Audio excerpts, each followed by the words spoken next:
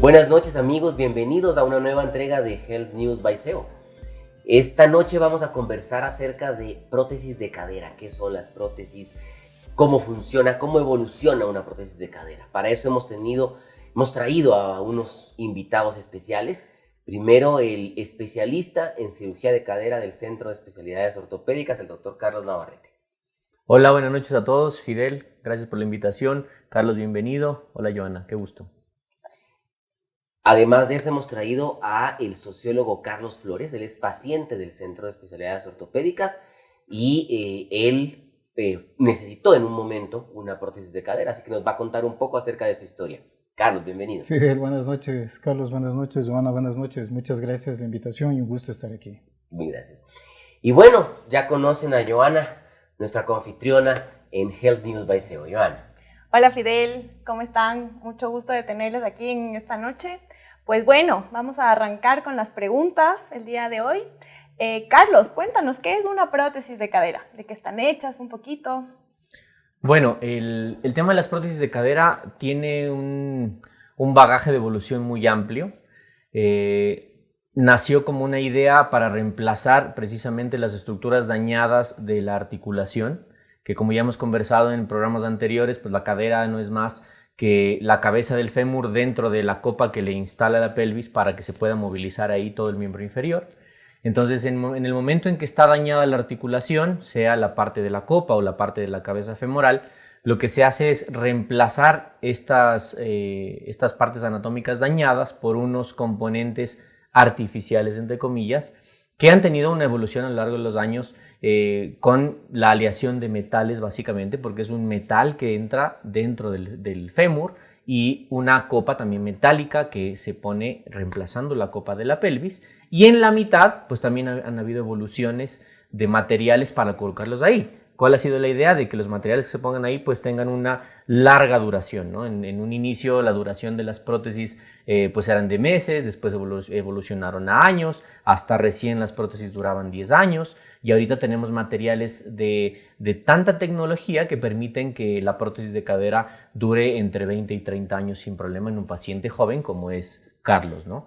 Y la segunda pregunta era ¿cuándo se utilizan? Pues la indicación básicamente es cuando un paciente tiene un dolor en esa articulación secundario a un desgaste y que este desgaste produzca limitación en la realización de las actividades cotidianas del paciente, ¿no? Esto es interesante y aquí hay un tema que yo quiero puntualizar. Lo hemos puntualizado anteriormente, pero quiero recordarles lo que es la cadera como tal, como van a ver en los gráficos que siempre les ponemos. Pues la articulación de la cadera es la unión entre el fémur y la pelvis. Muchas veces nos referimos a cadera como que fuera la pelvis en sí, pero no, es la articulación específica.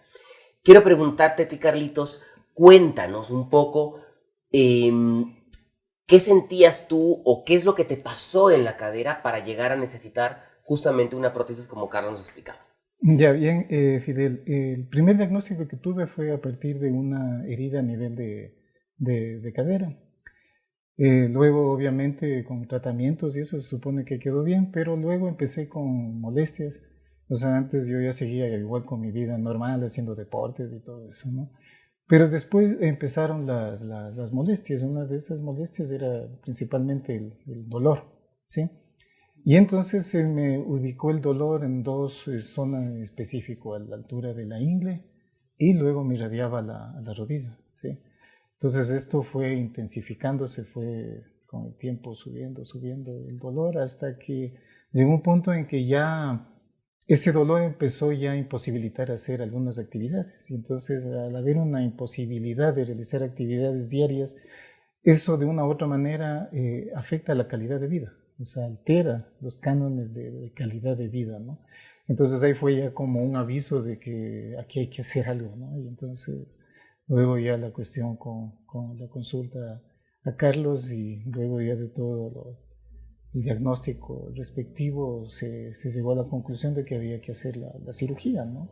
Y entonces no había otra cosa que hacerlo, ¿no? Sí, pero lo tomé absolutamente bien, que también es eso, otro de los puntos importantes me parece en un paciente de cirugía, ¿no? El estar consciente de que hay la necesidad la necesidad de hacer la cirugía, prepararse mentalmente, y creo que eso ayuda mucho también para la post-recuperación, ¿no? Carlos, yo quiero pedirte que nos puntualices un poquito con respecto a una cosa que ya comentaste, que es el dolor. Tú sentías un dolor en la ingle que se iba a la rodilla. Sé que hay muchos pacientes que incluso consultan por problemas de rodilla cuando realmente el problema está en cadera. Ya voy a pedirle a Carlos que nos explique un poco por qué se da eso, pero antes de eso quiero que tú nos cuentes un poco y nos puntualices un poquito más cómo era esta sintomatología, cómo era este dolor cuando te sentabas, cuando caminabas, cuando hacías ejercicio, ¿en qué momento molestaba? Sí, primero fue una cuestión de caminar, ¿no? Sí. Al inicio se pensó que era un problema de meniscos, ¿sí? Entonces incluso me hicieron algunas infiltraciones, pero obviamente persistía el dolor. Luego ya al momento de sentarse ya había una molestia a nivel de cadera, y luego ya la cuestión mismo de la afectación ya al caminar. O sea, ya hubo cierto grado de cojera, ¿no? Al caminar. Entonces eso también empezó ya a afectar mucho más, como luego me explicaba Carlos, ¿no? Al momento de hacerme la revisión y el diagnóstico. Yo aquí tengo una pregunta, Carlos. Cuando comenzaron los síntomas de estos que usted menciona del dolor, ¿cuánto tiempo pasó hasta que se decidió hacer la cirugía? ¿Qué tratamientos, además de las infiltraciones? ¿Hizo algo de terapia? No sé, se me ocurre. Sí, esto más o menos duró como unos 2 años, porque no es que aparecía el dolor y era permanente, ¿no?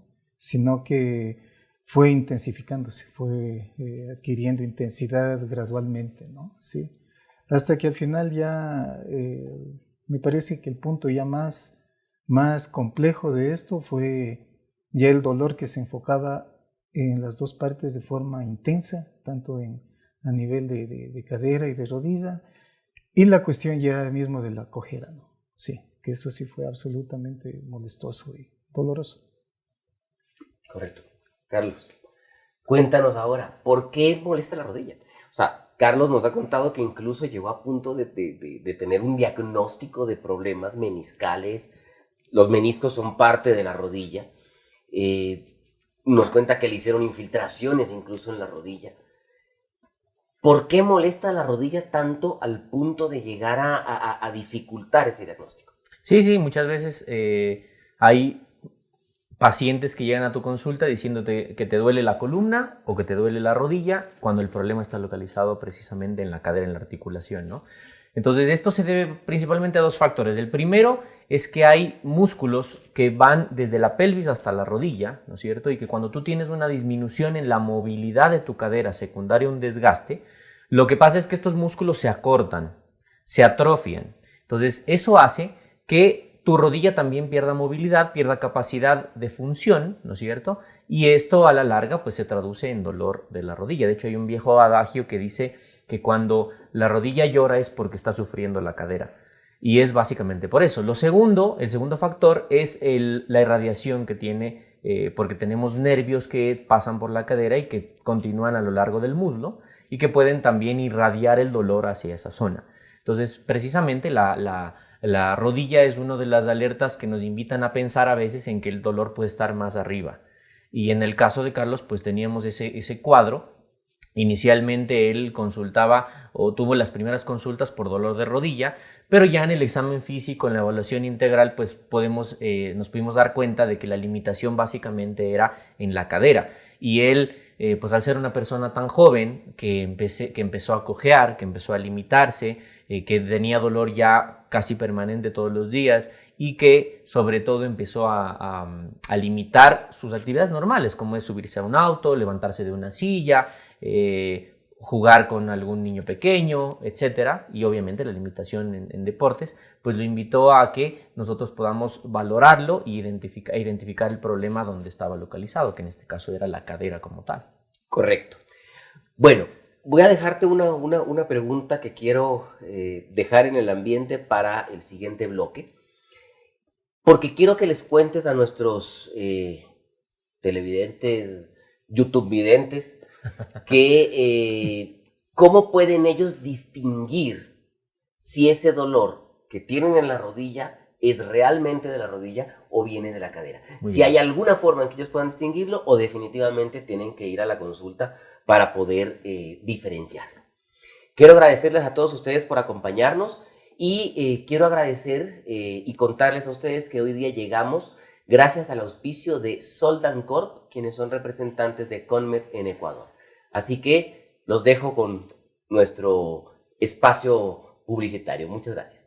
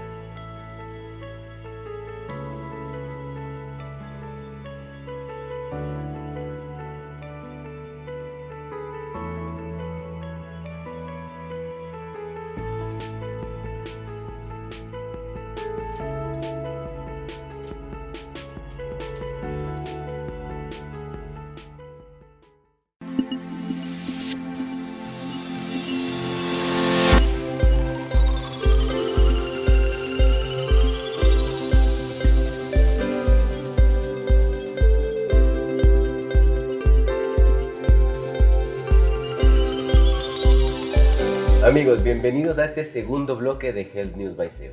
Ahora, había quedado en el ambiente una pregunta que quiero que Carlos nos responda.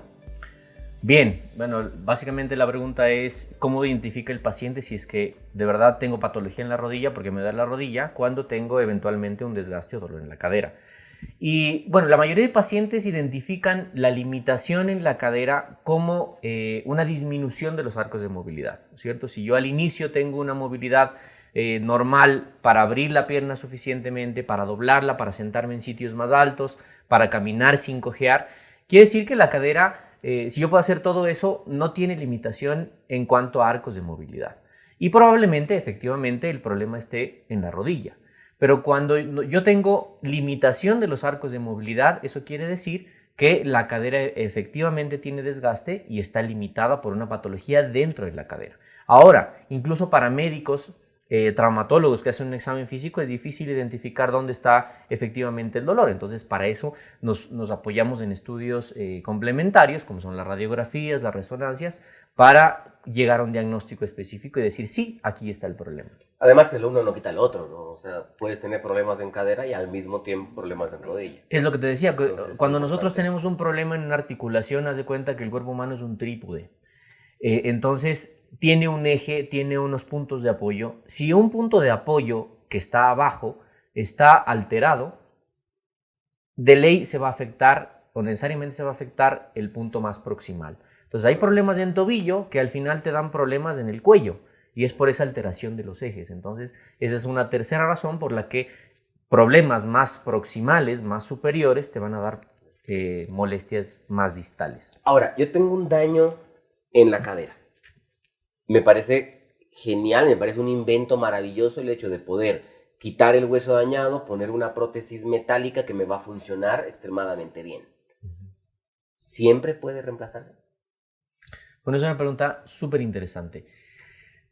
A ver, el procedimiento de una artroplastia de cadera o de reemplazo articular o de poner una prótesis es el procedimiento más exitoso del siglo XXI. Está documentado en una revista muy prestigiosa y vieron en esta revista cuáles eran los procedimientos más exitosos, con cuáles el paciente quedaba más satisfecho después del procedimiento. Ahí estaba cirugía del corazón, trasplante hepático, etc. Y como primer lugar está la prótesis de cadera. Entonces, eso nos invita a pensar de que los pacientes que tengan desgaste articular pueden tranquilamente recuperar su calidad de vida con una buena indicación, con una buena colocación, con el profesional adecuado, etc. Y que después de la cirugía tengan un estilo de vida completamente normal, como tú o como yo, que no tenemos prótesis. Y la mayoría de veces se puede reemplazar. En el caso de Carlos, por ejemplo, aprovechando la presencia de él, teníamos un antecedente previo de una infección en la cadera, una artritis séptica en la cadera, que él la sufrió hace muchos años, ¿no es cierto?, en su edad juvenil, si no estoy mal. Después de esto, la cadera avanzó durante este periodo sin problemas, sin tener ningún inconveniente, pero ya entrado los 40, 45, el paciente empezó a tener ya molestias leves, ligeras en la cadera, que eventualmente se hicieron progresivas y constantes. Entonces, en este tipo de pacientes que tienen un antecedente, hay que estudiarlo a fondo para que ese antecedente no nos afecte después en el resultado después de la cirugía. Entonces, eso se hizo con Carlos y pues el resultado fue excelente. Dijiste una cosa interesante que yo sé que va en relación con una pregunta que Johanna te tenía. 40-45, un niño. Johanna, ¿cuál es la pregunta? Bueno, sí, aquí me surge una duda. Más o menos, ¿cuál es la media de edad que tenemos en los reemplazos de cadera de los pacientes? Al menos los que tú hayas tenido, más o menos, ¿cómo funciona? Bueno, en el mundo, y nosotros no somos la excepción, la mayoría de pacientes que se someten a este tipo de procedimiento son pacientes que tienen una edad avanzada. No son tan niños como 40 o 45, tienen un poco más de edad, generalmente sobre los 55, 65 años, porque ese es el punto en el cual la cadera, con un factor de riesgo para desgastarse, termina ya en el punto máximo de dolor o de desgaste, ¿no es cierto?, o de molestias. Entonces, la mayoría de pacientes que se someten a este procedimiento tienen más o menos esa edad. Pero también hay pacientes que tuvieron un accidente, que tuvieron una infección, que tuvieron una enfermedad en la infancia, que tuvieron displasia de cadera, que evolucionan muy rápidamente a tener un desgaste articular. Por ejemplo, en el caso de Carlos teníamos un antecedente previo que dañó un poquito la cadera en ese entonces, pero secundariamente a lo largo de los años, pues ese factor de riesgo era suficiente para que se siga dañando y que llegue a un desgaste total de la articulación. Entonces, hay un pequeño grupo de pacientes que son jóvenes y que pueden someterse a este procedimiento y la mayoría de pacientes que tienen un poquito de edad más avanzada, pero que son igualmente activos y necesitan una actividad pues regular, que tienen que someterse también a este procedimiento. Ahora, también hay un mito ahí que les quería contar y que teníamos esa idea unos 10 años o 20 años antes, que el paciente joven no tiene que someterse a un procedimiento de artroplastia o de reemplazo articular. Y es actualmente al revés. O sea, por ejemplo, si Fidel, tú que eres un niño, tienes una necesidad de actividad a tus 40, 45, 50 años elevada, ¿no es cierto? Y tienes una limitación funcional por tu cadera, son tus mejores años. Son los años en los cuales tú tienes que estar con una calidad de vida normal, adecuada. O sea, a ti te va a servir más una prótesis de cadera que a una persona que tiene 90 o 95. No digo que no le sirva, pero esa persona tal vez tiene un poco menos actividad con respecto a la actividad que pueda tener una persona joven. Menos necesidad de tener una actividad, de tener una cadera normal, claro, exacto. Entonces, en la gente joven ahora se promueve eso, de que cuando tengan un dolor limitante en la cadera, pues se coloque tranquilamente una prótesis, porque actualmente, como decía antes, los implantes duran 20, 25, 30 años en los estudios que se han realizado, precisamente para ponerlos en gente más joven todavía y que tengan una demanda funcional de esa prótesis más alta.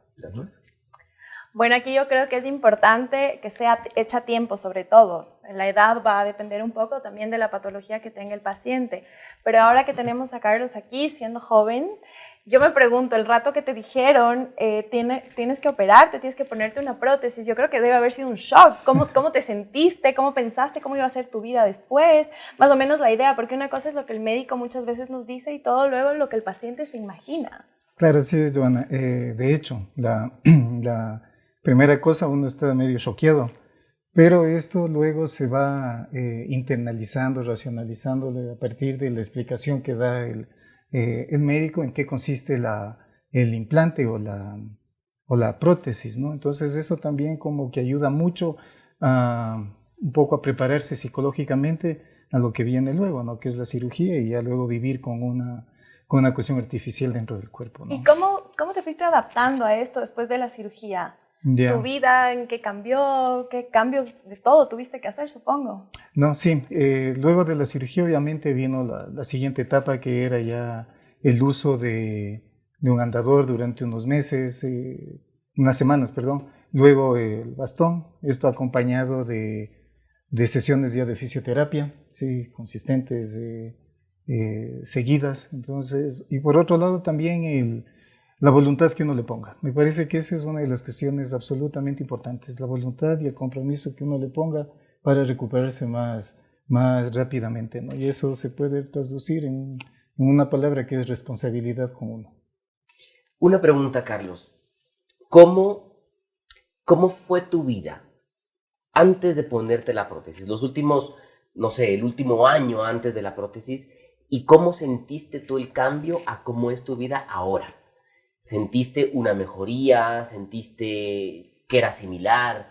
¿Cómo llegas a sentir eso? ¿Cómo llegas a vivir eso? Sí, el cambio es tenaz. O sea, en realidad el cambio es brutal porque el estar ya todo un tiempo acompañado del dolor de forma diaria y además ya un poco como dependiendo de analgésicos o de medicamentos para que amortigue el dolor y poder desarrollar las actividades diarias, a pasar luego de la cirugía ya la primera cosa, o sea, el dolor cero. Segundo, la recuperación casi completa de la movilidad, ¿sí? Tercero, hacer ya las cuestiones igual dentro de un marco de normalidad de las actividades, o sea, el subirse al auto, manejar ya sin molestias. Sí, por supuesto que es una mejora tanto en la cotidianidad como en la calidad de vida, ¿no? Así es. Correcto. Carlos, una pregunta más. Cuéntame. En el Ecuador, ¿cuál es la causa más frecuente para necesitar una prótesis? Y aparte de eso, ¿cuál es el paciente de menor edad y el paciente de mayor edad que tú has tenido que colocar una prótesis? Bueno, la causa más común en gente que es el primer grupo más común, que es la gente de edad un poquito más avanzada, sobre todo gente de la tercera edad, es una artrosis primaria o una artrosis esencial, es decir, que no se conoce el motivo por el cual se desgasta la cadera, ¿no es cierto? Ese es el grupo más común y de los pacientes que más operamos, pues la mayoría son de ese grupo. El segundo grupo, como le decía Joana antes, tenemos un grupo de pacientes un poco más joven que, bueno, lastimosamente para nosotros el screening o el detectar un diagnóstico a temprana edad, hablando de la displasia de cadera, probablemente es la causa más común en nuestro medio. En los países de primer mundo, el screening y el detectar la displasia de cadera en la gente joven, pues es un protocolo muy minucioso, cosas en lo que tenemos que mejorar nosotros. Pero ese protocolo minucioso hace que las displasias de cadera no evolucionen a la larga en gente joven para que tengan un desgaste. En nuestro medio, lastimosamente, como decía, la displasia en gente de 30 a 35 años llega a un punto cúlmine en el cual la cadera pues, está totalmente desgastada y destruida y que indica, por supuesto, la colocación de una prótesis. Y la segunda pregunta, el paciente más joven en el que nosotros hemos colocado una prótesis de cadera tenía 28 años, precisamente secundaria el desgaste a una displasia de cadera, pero obviamente hay una población importante de cirujanos que hacen esta cirugía en el país y que probablemente tengan pacientes con mucha menor edad. Como te decía antes, la indicación de la prótesis ya sale de la edad, ¿sí? No tenemos que tener mucho en cuenta ese número, sino más bien la sintomatología y la limitación que tiene, porque es muy válido devolverle la sonrisa que tiene ahora Carlos después de tener una prótesis a un paciente de 25 que tenga una limitación funcional con un paciente de 95 que tenga igual una limitación funcional. Entonces le pones la prótesis y les cambia la vida, literalmente. Irnos al tercer bloque, ya se nos acerca el final del programa el día de hoy. Quiero recordarles que llegamos a ustedes gracias al auspicio de Soldan Corp, representantes de Conmed en Ecuador. Y quiero dejar en el ambiente nuevamente una pregunta que me puede parecer interesante, ligeramente capciosa. En el caso de las prótesis de cadera, el paciente hemos dicho que llega a recuperar mucho su actividad adecuada. ¿Qué tanta actividad puede llegar a tener ese paciente? Ahí les dejo la pregunta y los espero a ustedes para el tercer bloque, en el cual estaremos respondiendo a las preguntas que ustedes mismos nos han enviado a través de las redes sociales.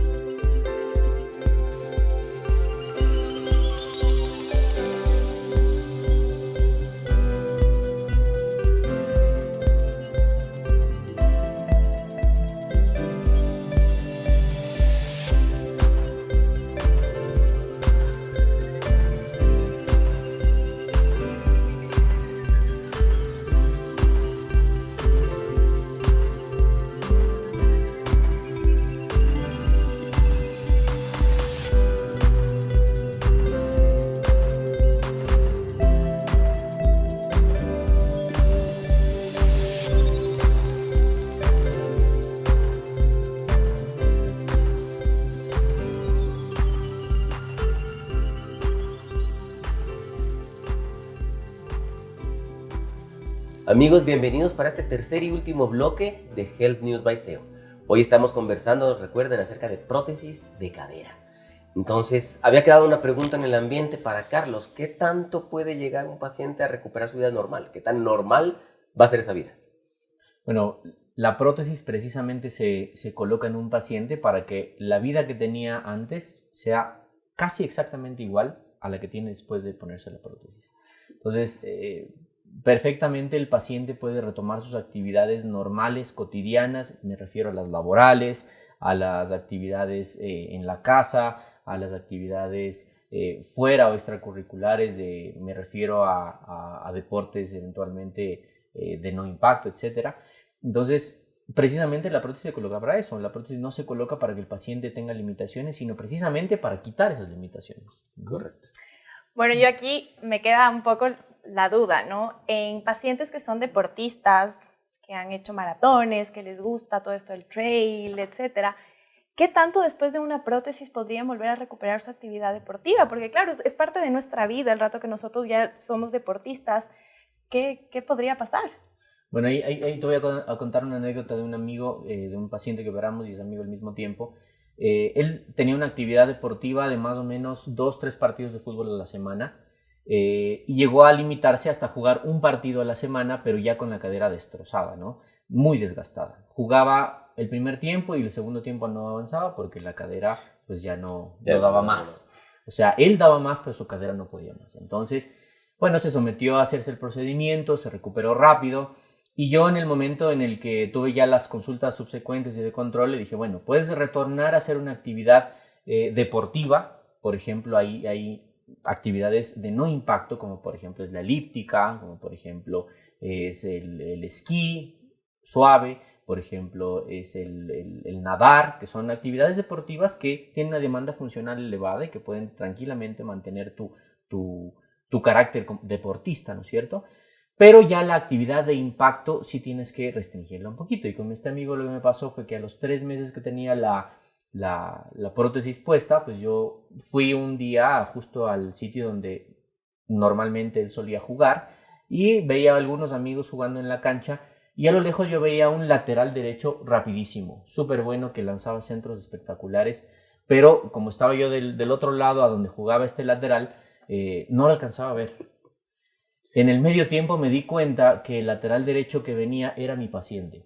Es decir, la prótesis lanzaba centros mejor que antes. Aplica como doping. Aplica como dopaje. Entonces, claro, el paciente puede retornar hacia su actividad deportiva, pero no es tan inteligente someter a una prótesis, a estos materiales que tienen altísima resistencia y que son de muy alta tecnología. No es muy inteligente someterlos a un nivel de estrés elevadísimo. Porque claro, ¿qué es lo que te decía antes? La prótesis en algún punto tiene que desgastarse, es como un zapato, ¿no es cierto? Por más avanzado y costoso que sea el zapato, tenemos que cuidarlo para que nos dure más tiempo. Entonces, si el paciente tiene que modificar su actividad deportiva de impacto a una de no impacto, eso es lo ideal.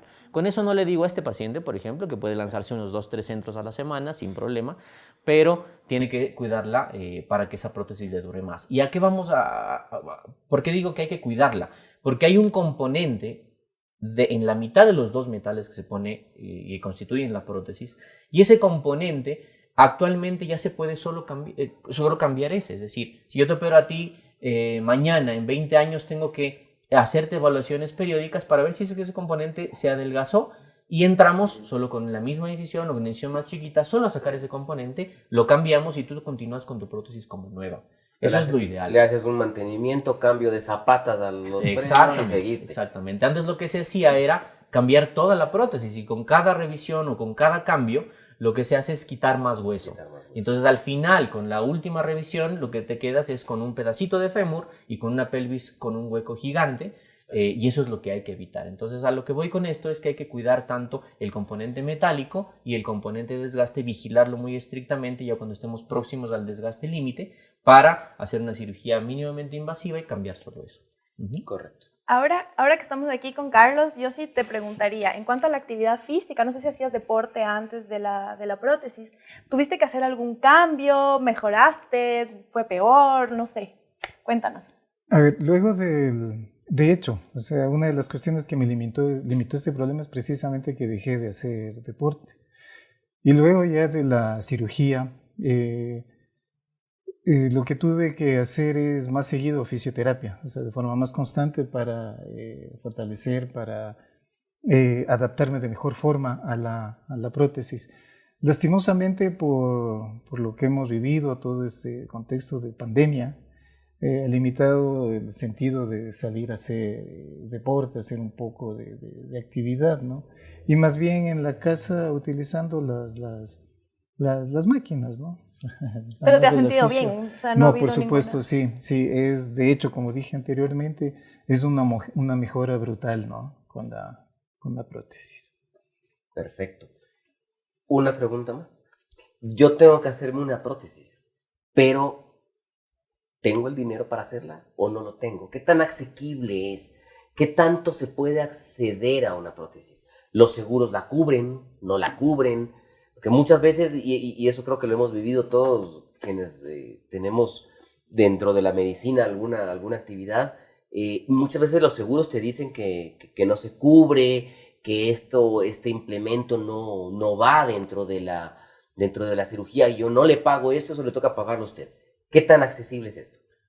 Bueno, a ver, te cuento algo, Fidel. La prótesis que, por ejemplo, nosotros ponemos como cirujanos del Centro de Especialidades Ortopédicas es la misma prótesis que te pone el mejor cirujano en Estados Unidos o en Europa.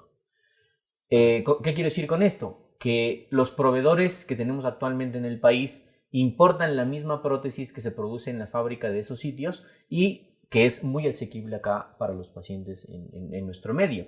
Es precisamente por eso que, por ejemplo, Carlos tiene una prótesis fabricada en Estados Unidos y que hubiera sido la misma que le pusiera ya cualquier cirujano de cadera.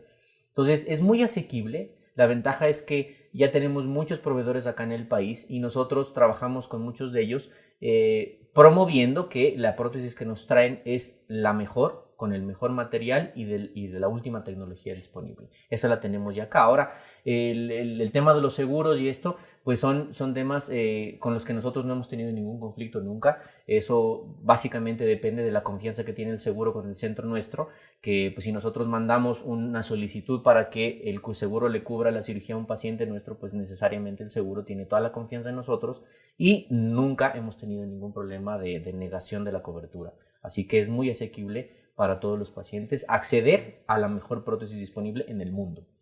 Es decir, amigos, si tienen alguna molestia y eso, no duden en ir al Centro de Especialidades Ortopédicas porque seguro que vamos a lograr encontrar alguna solución. Hay algunas preguntas que nos han llegado por redes sociales. La primera pregunta que hemos escogido de entre todas las que nos han llegado es la pregunta de Diana Moya. Ella nos pregunta, ¿cuánto tarda la recuperación al colocarse una prótesis de cadera?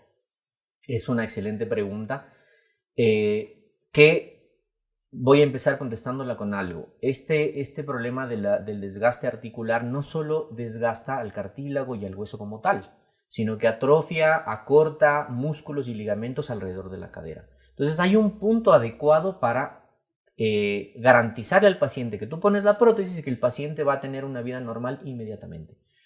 Eso dependerá, obviamente, como te digo, del punto en el que pongas la prótesis. Si el paciente llega a un punto en el cual la cadera está acortada, los huesos están totalmente también acortados o colapsados y los músculos los tenemos muy hipotróficos, pues la recuperación será un poco más larga.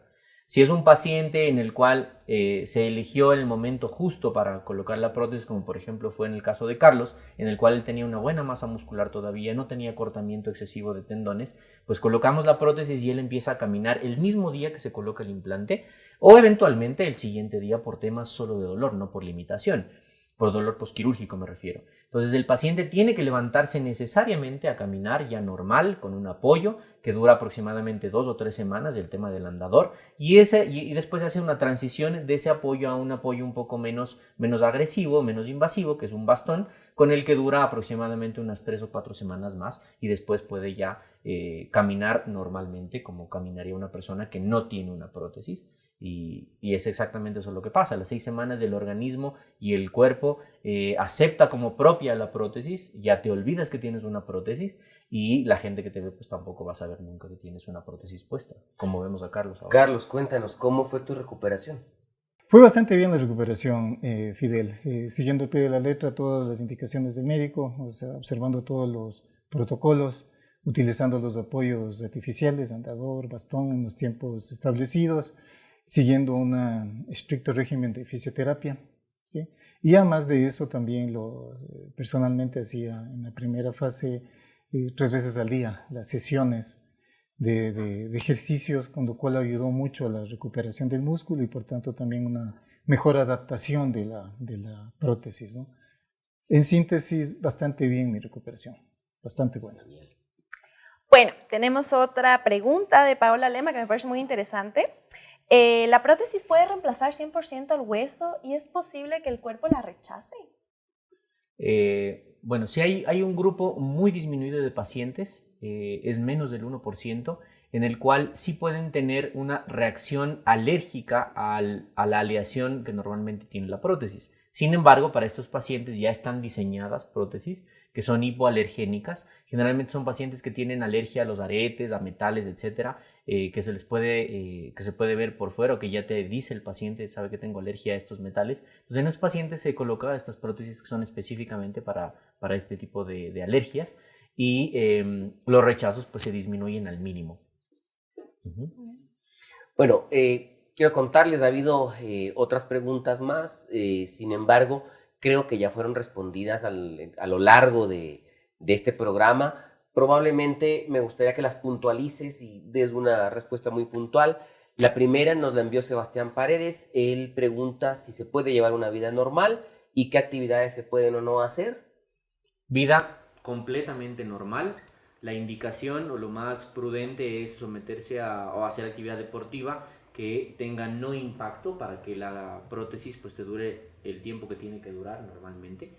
Entonces podemos restringir un poco las actividades de no impacto, que son por ejemplo actividades de impacto, saltos, el fútbol, el básquetbol, el voleibol. Esos lo restringimos un poco, pero sí podemos hacer actividad deportiva como esquí, como pádel, como Remington, como tenis, nadar, lo que quiera. Entonces la mayoría de actividad deportiva de no impacto se puede hacer sin problema. Vida normal. Correcto. Y Santiago Navarrete que nos preguntaba cuáles suelen ser los diagnósticos, también lo conversamos ya, y la edad que nos preguntaba, que ya dijimos que edad prácticamente aparte. Sí, la edad, como te decía antes, la edad es un número nada más para este tipo de decisiones. Lo que se tiene que tener en cuenta es la limitación que tiene el paciente y que tiene la indicación adecuada para poner el implante bien colocado, con corto tiempo de hospitalización, pues el paciente se recupera muy rápido y muy bien. Bueno, muchísimas gracias a todos ustedes por habernos visto una vez más en Health News by SEO. Quiero agradecer finalmente a el doctor Carlos Navarrete, especialista en cirugía de cadera del Centro de Especialidades Ortopédicas, por habernos acompañado el día de hoy. Carlos. No, muchas gracias a ti, Fidel, por la invitación. Siempre es un gusto estar aquí conversando con amigos, con colegas. Así que los esperamos en el siguiente programa. Muchas gracias también al sociólogo Carlos Flores, quien es paciente del Centro de Especialidades Ortopédicas y pues que nos acompañó y nos contó un poco más de su vida el día de hoy. Gracias, Fidel, gracias, Carlos, gracias, Joana. Un gusto nuevamente, como dije, haber estado aquí y compartir un poco de historia sobre esto. Muchísimas gracias. Y bueno, como siempre, agradecer mucho a Joana por todo el apoyo en Health News by SEO. Muchas gracias, amigos, y no se olviden que les esperamos todos los domingos a las 7 de la noche y cuando tengamos alguna molestia tenemos que acudir al médico. No se olviden de eso. Muchas gracias.